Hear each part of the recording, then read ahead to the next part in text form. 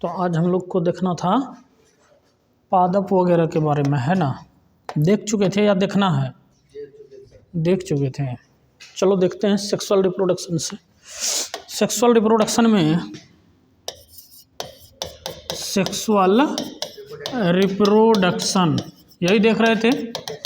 Sexual reproduction का हिंदी क्या होता है? लैंगिक प्रजनन। क्या होता है? लैंगिक प्रजनन। अब लैंगिक प्रजनन का अगर यदि हम बात करें, लैंगिक प्रजनन का अगर यदि हम बात करें तो लैंगिक प्रजनन में क्या होता है? लैंगिक प्रजनन में हम क्या देखें कि इसमें जो है सो नया संतान जो बनता है, नया संतान जो बनता है ना, किसके द्वारा बनता है? युग्मक संयुग्मन के द्वारा, है ना। ये युग्मक संयुग्मन के द्वारा बनता है, युग्मक संयुग्मन के द्वारा बनता है। जब नए संतति की उत्पत्ति युग्मक संयुग्मन के द्वारा होता है तो उसे हम सेक्सुअल रिप्रोडक्शन कहते हैं। फिर इसका हम लोग देखे थे क्या? सामान्य लक्षणे। क्या देखे थे? सामान्य लक्षणे। क्या देखे थे? सामान्य लक्षणे।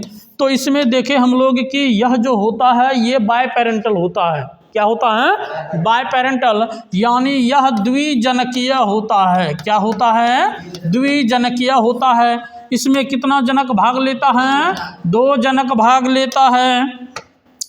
उसके बाद देखे कि इसमें को है ना युग्मक का संयुग्मन होता है, युग्मक का संयुग्मन होता है ना। ये देखिए नर युग्मक मादा युग्मक मिलता है ना।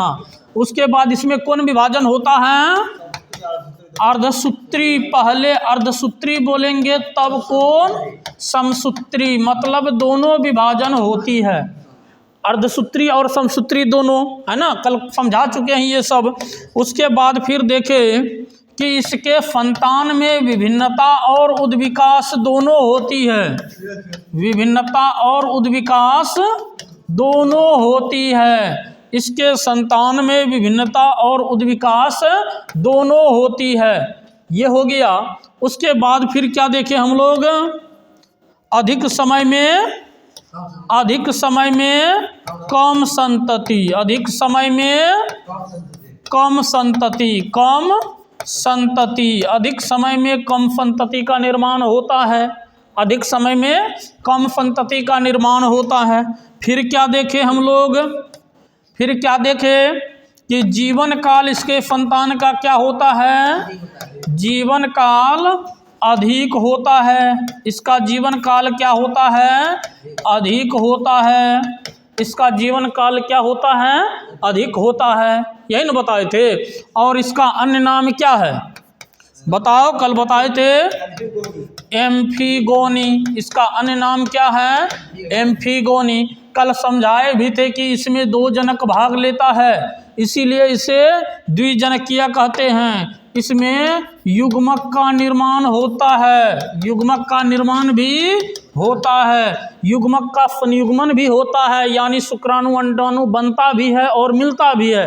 उसके बाद फिर इसमें अर्धसूत्री, यानी कह सकते हैं कि एक सेल से कितना सेल को अर्धसूत्री कहते हैं? 4, और चारों में क्रोमोसोम की संख्या आधी, इसमें 46 है, तो ये सब में कितना 23 होगा। तो इस तरह से एक सेल से जब 4 सेल बनता है, चारों में क्रोमोसोम का संख्या आधा होता है, दूसरे अर्धसूत्री कहते हैं। और अर्धसूत्री विभाजन कब होता है? युग्मक निर्माण के समय। कब होता है? युग्मक निर्माण के समय। उसके बाद है समसूत्री विभाजन। तो समसूत्री विभाजन कब होता है ना? युग्मक फ्यूज करने के बाद, यानी जाइगोट बनने के बाद, तब उसमें कौन विभाजन शुरू होता है? समसूत्री। मतलब इसमें विभिन्नता और उद्विकास होती है। यानी बात करें तो इसका जो है संतान, वो उसमें नर और मादा यानी माता पिता दोनों का लक्षण आता है ना। अधिक समय में कम संतति का निर्माण होता है। अब कोई संतान जन्म लिया, कुछ समय तक वृद्धि करेगा, अपना शरीर को डेवलप करेगा, फिर उसके बॉडी में नर युग्मक बनेगा, मादा बॉडी में मादा युग्मक, फिर ये दोनों फर्टिलाइजेशन में भाग लेगा, दोनों संयुग्मित होगा, जाइगोट बनेगा। जाइगोट बनने के बाद इसको विकसित होने में कुछ समय लगेगा, होता है ना। तब भ्रूण से जो है ये संतति बनेगा। लंबा प्रोसेस के बाद नया संतान बनता है। इसलिए ये अधिक समय में कम संतति का निर्माण करता है। और जीवन काल क्या होता है इसका? अधिक होता है। इसे क्या कहते हैं? एम्फीगोनी। क्या कहते हैं? एम्फीगोनी। कोई प्रॉब्लम इसमें? तो ये हो गया।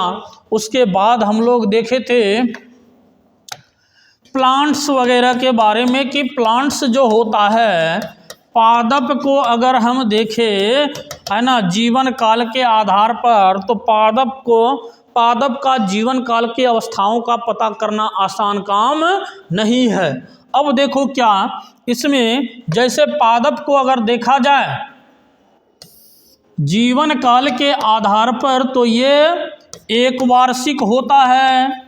क्या होता है? एक वार्षिक। उसके बाद द्विवार्षिक, उसके बाद बहुवार्षिक। क्या होता है? बहुवार्षिक। एक वार्षिक, द्विवार्षिक और बहुवार्षिक। एक वार्षिक का बात करें तो यह अधिकतम कितने दिनों तक जीवित रहता है? ये अधिकतम कितनों दिनों तक? और ये कह सकते हैं 2 से अधिक वर्षों तक जीवित रहता है।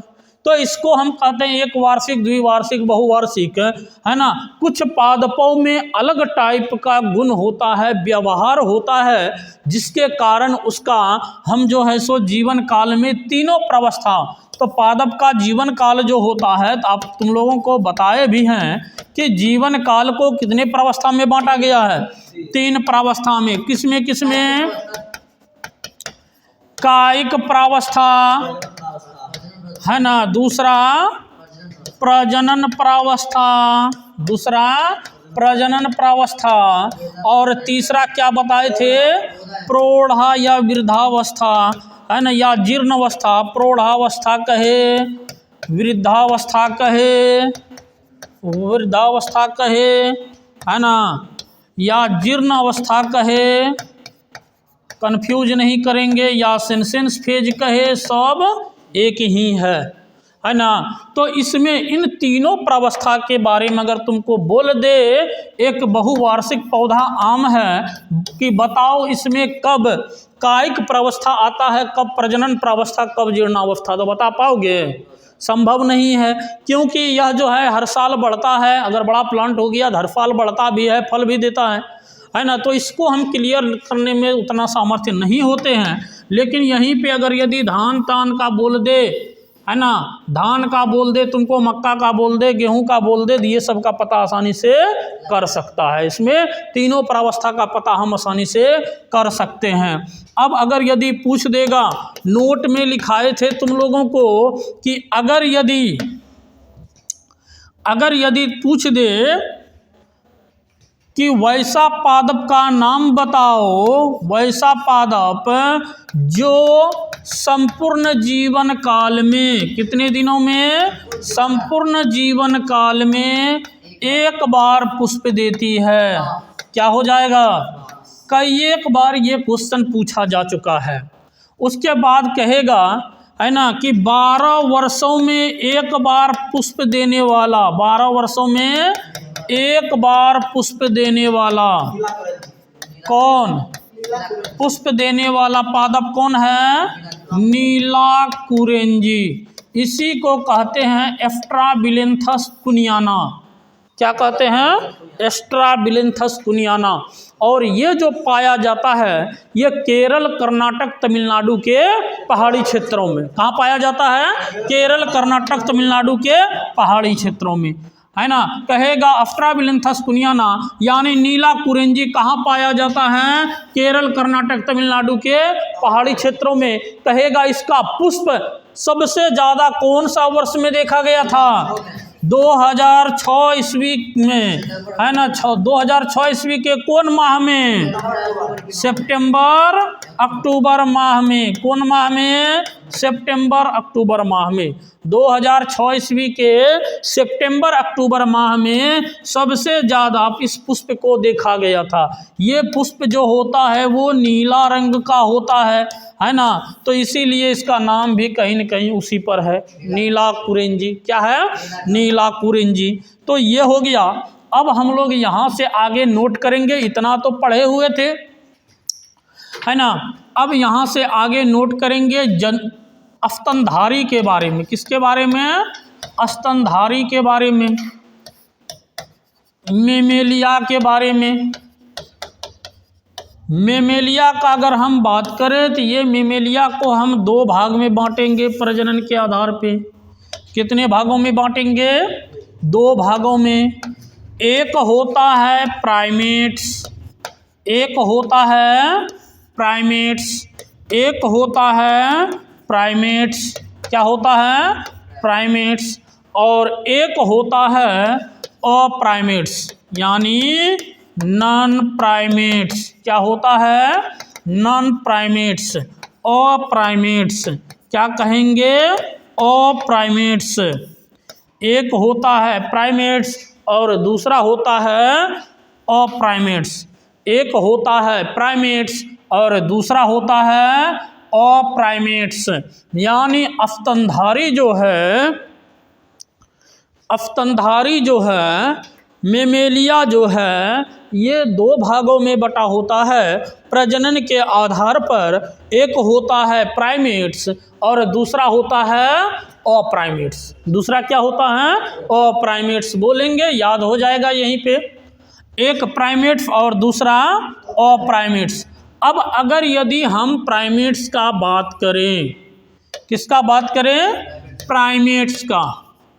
अगर हम प्राइमेट्स का बात करें, अगर हम प्राइमेट्स का बात करें तो प्राइमेट्स क्या होता है?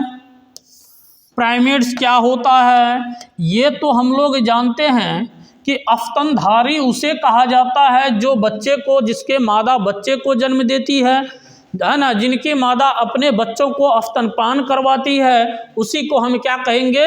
स्तनधारी कहेंगे। यही न होता है जी। अब जो है प्रजनन के आधार पे दो भाग में बांटा गया है। एक है प्राइमेट्स।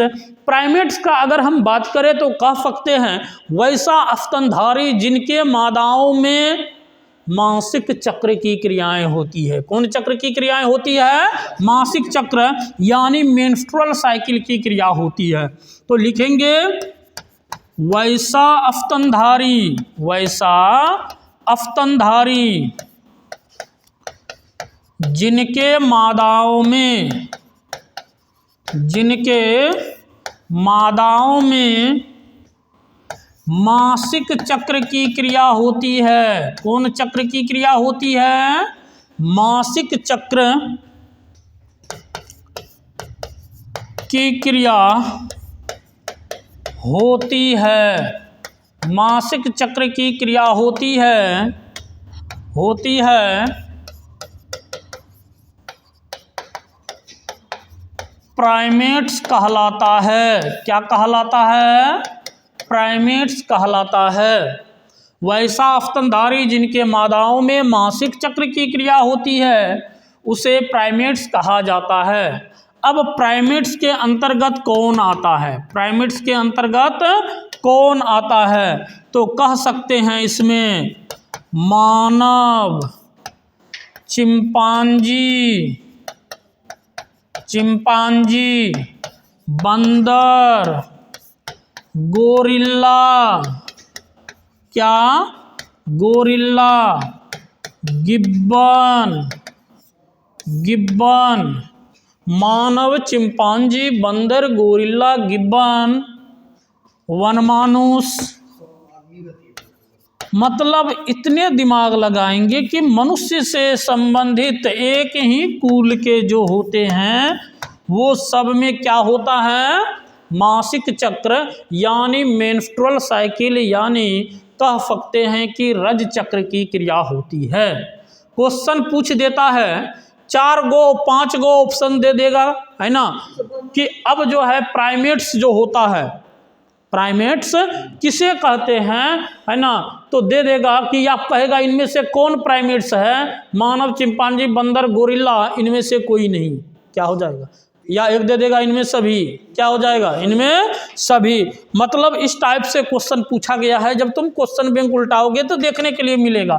यहाँ एक टर्म आ गया है, क्या बात नहीं करेंगे आपस में? एक टर्म आ गया है, क्या? मासिक चक्र। तो इसके बारे में हम लोग देखने वाले हैं। पहले अप्राइमेट्स को भी देख लेते हैं, है ना। अभी मासिक चक्र समझाए नहीं, सिर्फ इतने जाने हैं कि वैसा अफ्तनधारी जिनके मादाओं में क्या होती है, मासिक चक्र की क्रियाएं होती है, उसे प्राइमेट्स कहा जाता है। क्या कहा जाता है, प्राइमेट्स कहा जाता है। उसके बाद है अप्राइमेट्स। क्या है, अप्राइमेट्स। अप्राइमेट्स यानी इसी को कहते हैं नॉन प्राइमेट्स। क्या कहते हैं, नॉन प्राइमेट्स। अप्राइमेट्स का अगर यदि बात करें, अप्राइमेट्स का अगर यदि बात करें तो अप्राइमेट्स क्या होता है, कह सकते हैं वैसा अफ्तनधारी, वैसा अफ्तनधारी जिनके मादाओं में, जिनके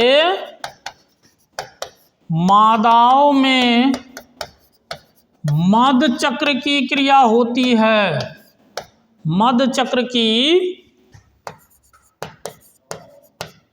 क्रिया होती है, क्या कहलाता है, अप्राइमेट्स कहलाता है। क्या कहलाता है, अप्राइमेट्स कहलाता है। अब यहाँ आ गया एक वेफ्टरस साइकिल यानी मध चक्र, यहाँ एक टर्म आ गया मध चक्र, इसको भी देख के रखेंगे, ये भी पढ़ना हम लोगों को। एक मासिक चक्र, दूसरा मध चक्र। मध चक्र अप्राइमेट्स मादा, है ना। अप्राइमेट्स अफ्तनधारी किनको कहेंगे, जिनके मादाओं में क्या होती है, मध चक्र की क्रिया होती है। जिनके मादाओं में मध चक्र की क्रिया होती है उसे अप्राइमेट्स कहा जाता है। अब देखो ये अप्राइमेट्स जो है ये 3 प्रकार का है। ये कितने प्रकार का, यह 3 प्रकार का होता है।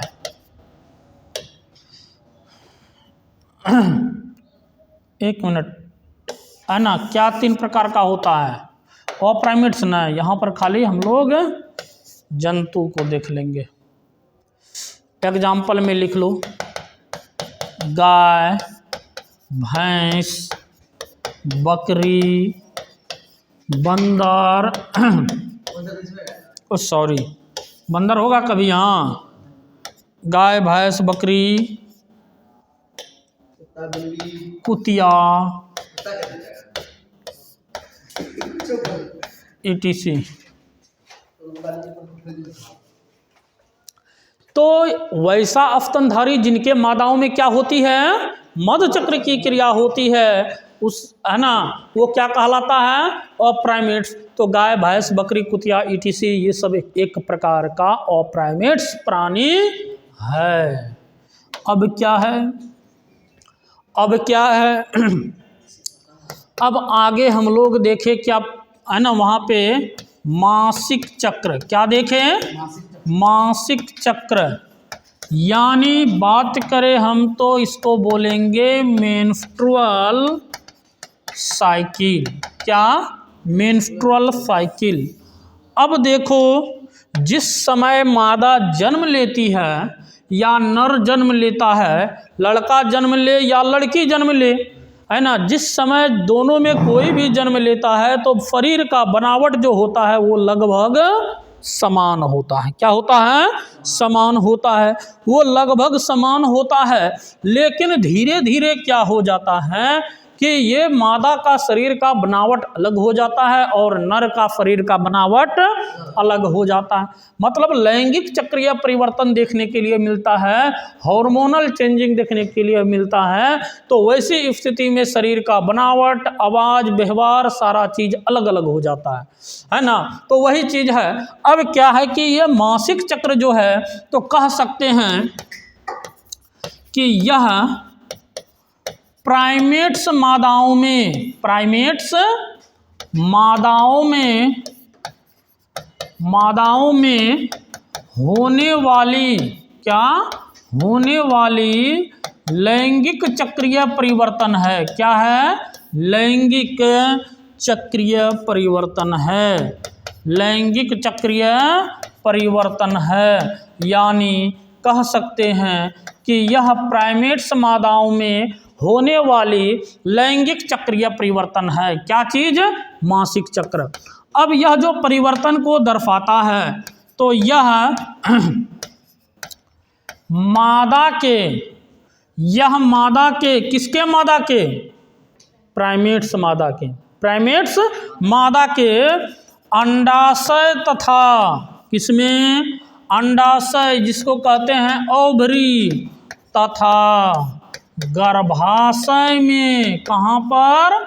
गर्भाशय में यानी यूटेरस में। कहाँ पर?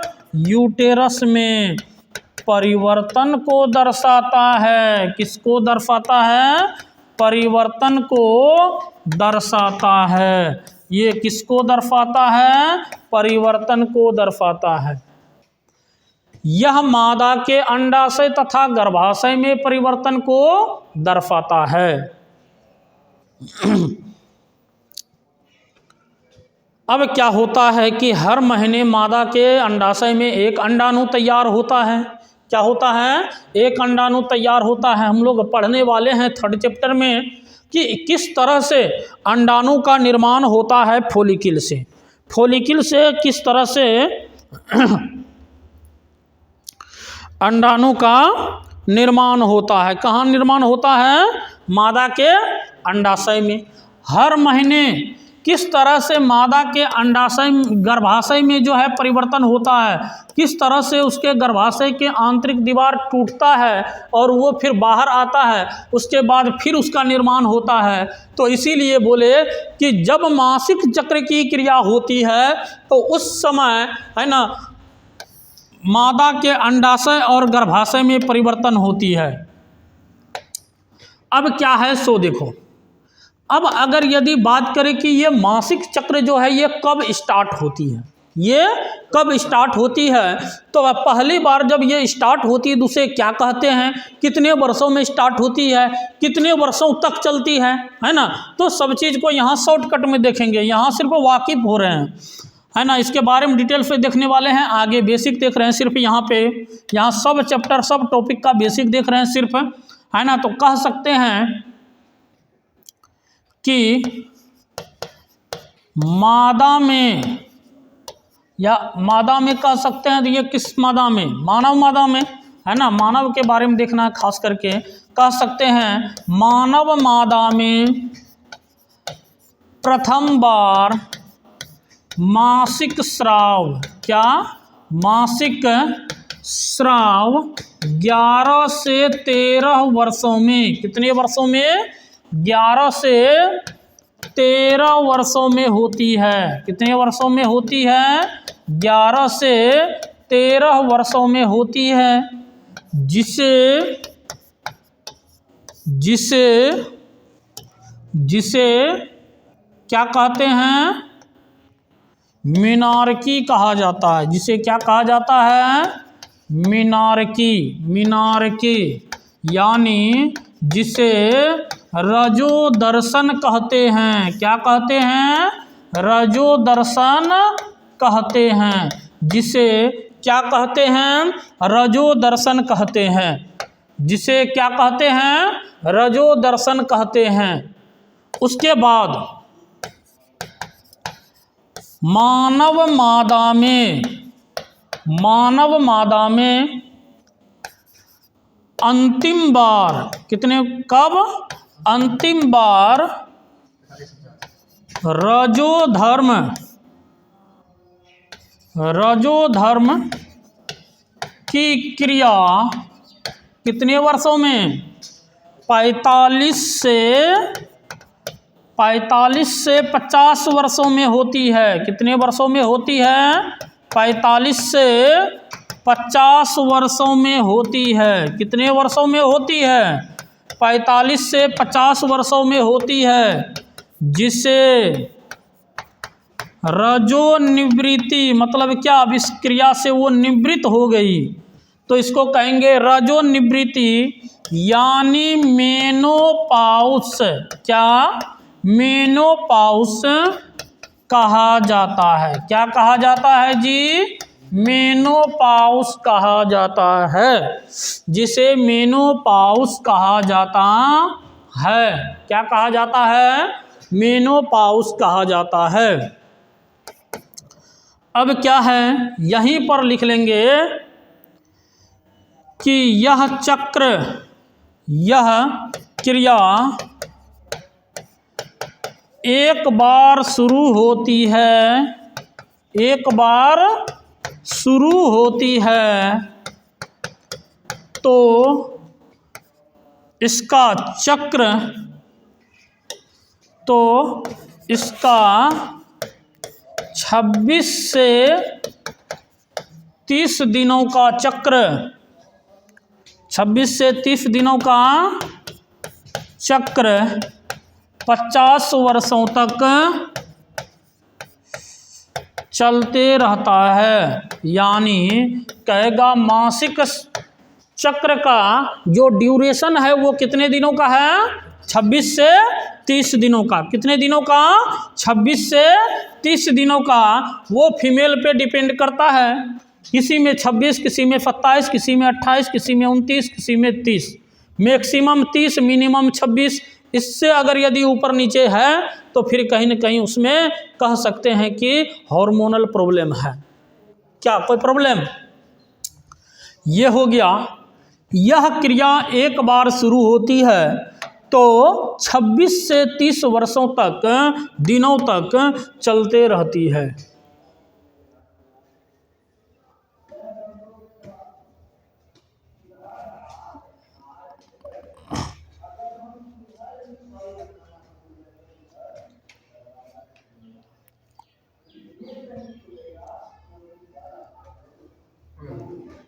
अब देखो कि ये जो अब स्टार्ट कितने वर्ष में हुआ, 11 से 13, जनरली 12 वर्ष में, और समाप्त कितने वर्ष में हुआ, 45 से 50 वर्ष में। इतने समय में फीमेल में लगभग 400 अंडाणुओं का निर्माण हो जाता है। क्वेश्चन पूछा जाता है कि एक फीमेल संपूर्ण जीवन काल में लगभग कितने अंडाणु का निर्माण करती है, 400। कितने, 400। एक फीमेल अपने संपूर्ण जीवन काल में लगभग 400 अंडाणु का निर्माण करती है। अब यह अंडाणु उत्सर्जित कब होती है, तो मासिक चक्र के 14वें दिन। कब? मासिक चक्र के 14वें दिन। कह सकते हैं कि सामान्यतः अंडाणु का उत्सर्जन, अंडाणु का उत्सर्जन मासिक चक्र के, कब? मासिक चक्र के 14वें दिन होती है। कौन दिन होती है? 14वें दिन होती है, जिसे अंडोत्सर्ग कहते हैं। क्या कहते हैं? अंडोत्सर्ग, यानी जिसे ओव्यूलेशन कहा जाता है। जिसे क्या कहा जाता है? ओव्यूलेशन कहा जाता है। अगला पॉइंट ऐड करेंगे इसमें कि एक मानव मादा में संपूर्ण जीवन काल में, क्या? संपूर्ण जीवन काल में लगभग 400 अंडाणुओं का, कितने अंडाणुओं का? 400 अंडाणुओं का निर्माण होता है। कितने अंडाणुओं का निर्माण होता है? लगभग 400 अंडाणुओं का निर्माण होता है। लगभग कितने अंडाणुओं का निर्माण होता है? 400 अंडाणुओं का निर्माण होता है। एक मानव मादा में संपूर्ण जीवन काल में कितने अंडाणुओं का निर्माण होता है? 400। कितने? 400। हो गया। ऑनलाइन देते हैं इसलिए एब्सेंट रहती लोग की रे। लिख लिए, एक मानव मादा में संपूर्ण जीवन काल में लगभग 400 अंडाणुओं का निर्माण होता है।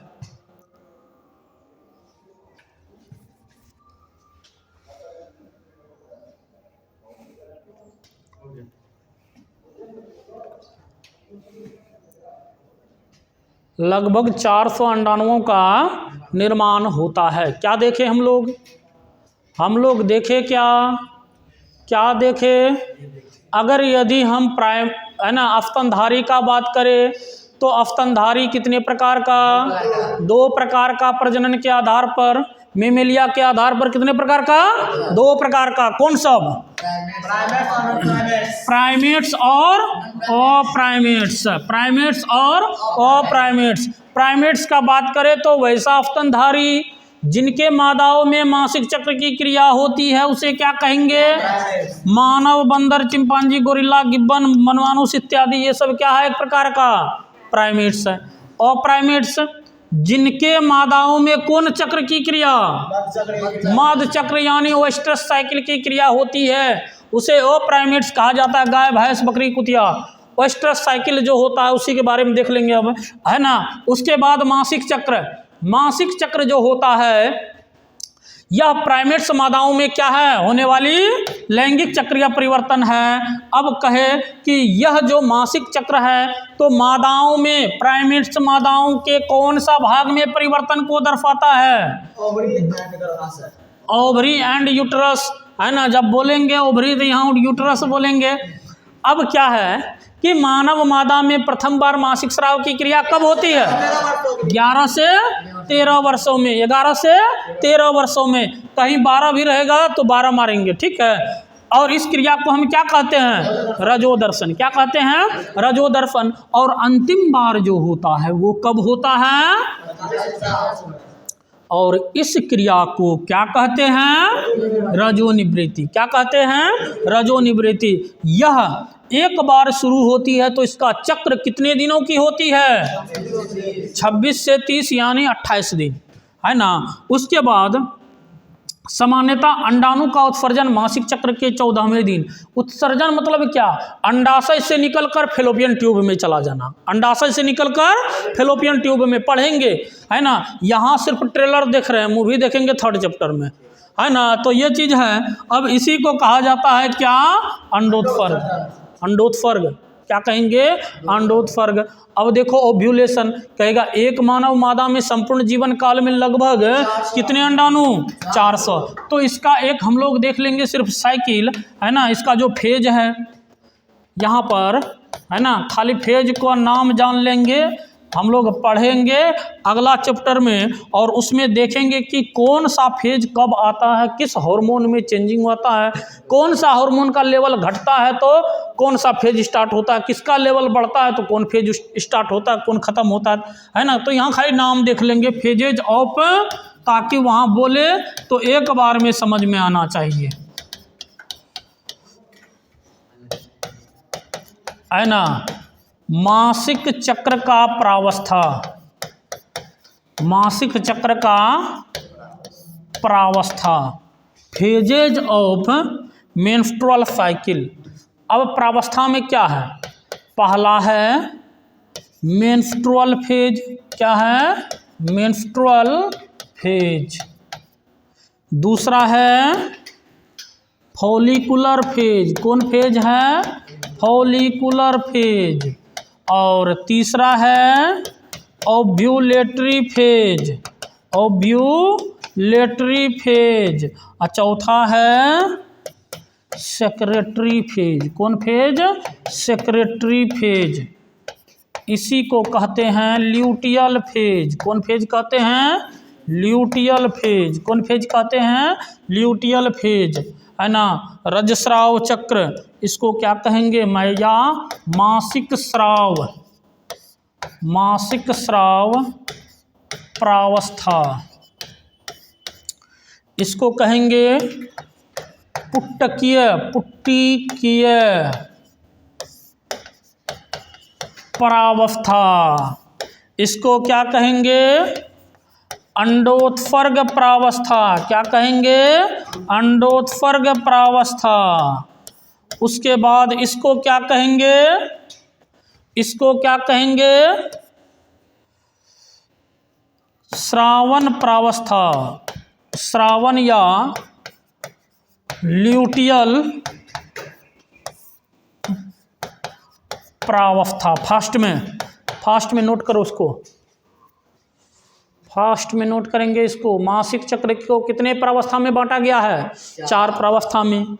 मेंस्ट्रुअल प्रावस्था, follicular phase, ovulatory phase, secretory phase या ल्यूटियल फेज, इसी को कहा जाता है। जल्दी करो, इसको खत्म करेंगे आज।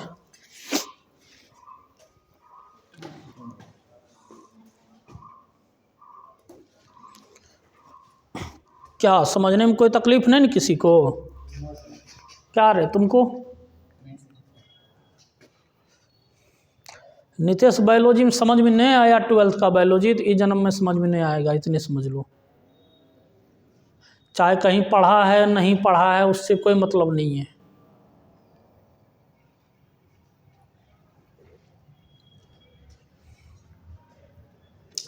यहाँ एक भी लाइन जो है सो कह सकते हैं किताबी नहीं मिलेगा। किताबी कहने का मतलब ये कि किताब का भाषा में नहीं मिलेगा, ये अपने भाषा में मिलेगा, बिहारी भाषा जिसको बोलते हैं। रटे रटाई विद्या नहीं।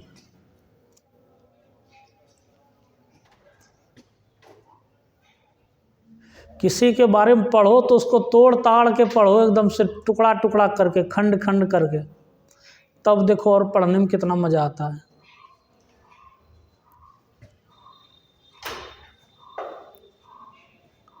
अब पढ़े समझ में नहीं आया है ना, भीड़ में जाके हो कर रहे हैं झूठे। अगर किसी को समझ में नहीं आता है तो उसमें विद्यार्थी का कोई दोष नहीं है, एक के बात समझो, है ना। भीड़ में क्या है कि अब गया वहाँ, है ना, 100 बच्चा बैठल है, 50 ठोक समझ में आ रहा है, 50 ठोक नहीं आ रहा है। वो 50 समझता है कि अब इस सबको समझ में आ रहा है, हमको समझ में नहीं आ रहा है, मतलब हम ही कमज़ोर हैं। उसमें कमज़ोर नहीं है, वो कमज़ोर नहीं है, शिक्षक में कमी है, इतने समझ लो। ऐसा कोई टॉपिक नहीं है, चाहे कोई भी सब्जेक्ट रहे, फिजिक्स, केमिस्ट्री, बायोलॉजी, मैथ, कुछ भी, कि सब विद्यार्थी नहीं समझ सकता उसको। भले पढ़ने में इंटरेस्ट रहे अथवा नहीं रहे, अलग बात है। इंटरेस्ट रहना नहीं रहना अलग बात है, लेकिन समझ में आना नहीं आना ये अलग बात है ना। तो सबको सब चीज़ समझ में आना चाहिए और अच्छे से आ जाएगा सबको। तो वही चीज़ है, लिख लिए इसमें menstrual phase, follicular phase, ovulatory phase और सेक्रेटरी फेज। अब देखो इसमें, इसका हम लोग एक साइकिल बनाएंगे, इसका हम लोग एक साइकिल बनाएंगे, एक चक्र बनाएंगे। ये चक्र बनाएंगे 28 दिनों का। कितने दिनों का? 28 दिनों का। यह चक्र बनाएंगे 28 दिनों का।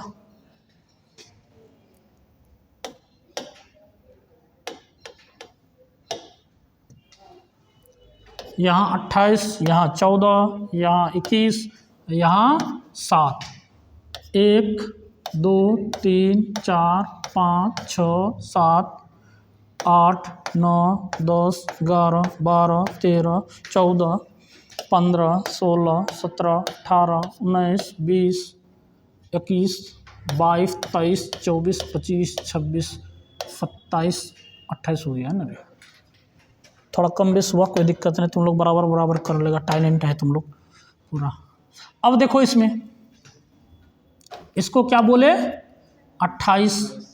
इसको यहाँ बोले, यहाँ बोले, ठीक है ना, गिनती रही, 1 2 3 4 5 6 7 8 9 10 11 12 13 14, है ना, 15 16 17 18 19 20 21 22 23 24 25 26 27 1 2 3 4 5 6 8 9 10 11 12 13, है ना।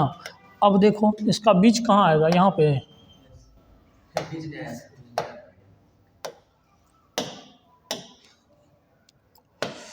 यहाँ पे, ठीक है। चलो बना लेना, जहाँ जाएगा तुम लोग बना लेना। देखो 1 से लेकर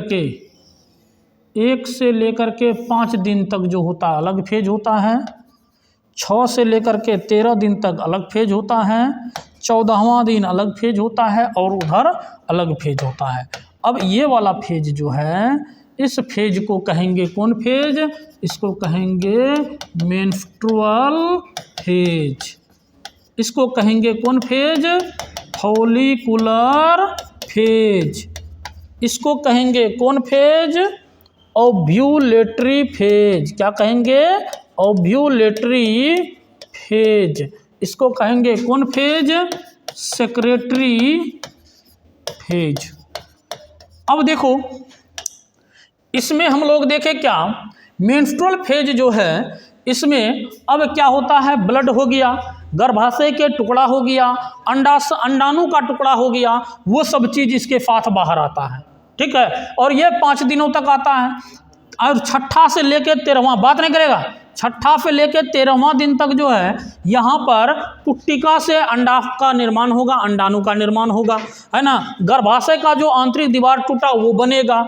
अब फिर 14वां दिन ये जो है सो अंडाशय से अंडाणु निकल के फैलोपियन ट्यूब में आएगा, और 15वां दिन से हार्मोन वगैरह का जो है सेक्रेशन होता है, उसी में कॉर्पस ल्यूटियम का स्रावन निर्माण होता है। तो ये सब जो है सो इन 4 फेज में पूरा होता है। यहाँ शॉर्टकट में बताएं, है ना। आगे हम लोग देखेंगे तो कौन सा हार्मोन का बढ़ोतरी होता है, किसकी कमी होता है, क्या होता है नहीं होता, उस सब के बारे में बारी बारी देखेंगे। तो आज का क्लास यहीं तक, बना लो इसको।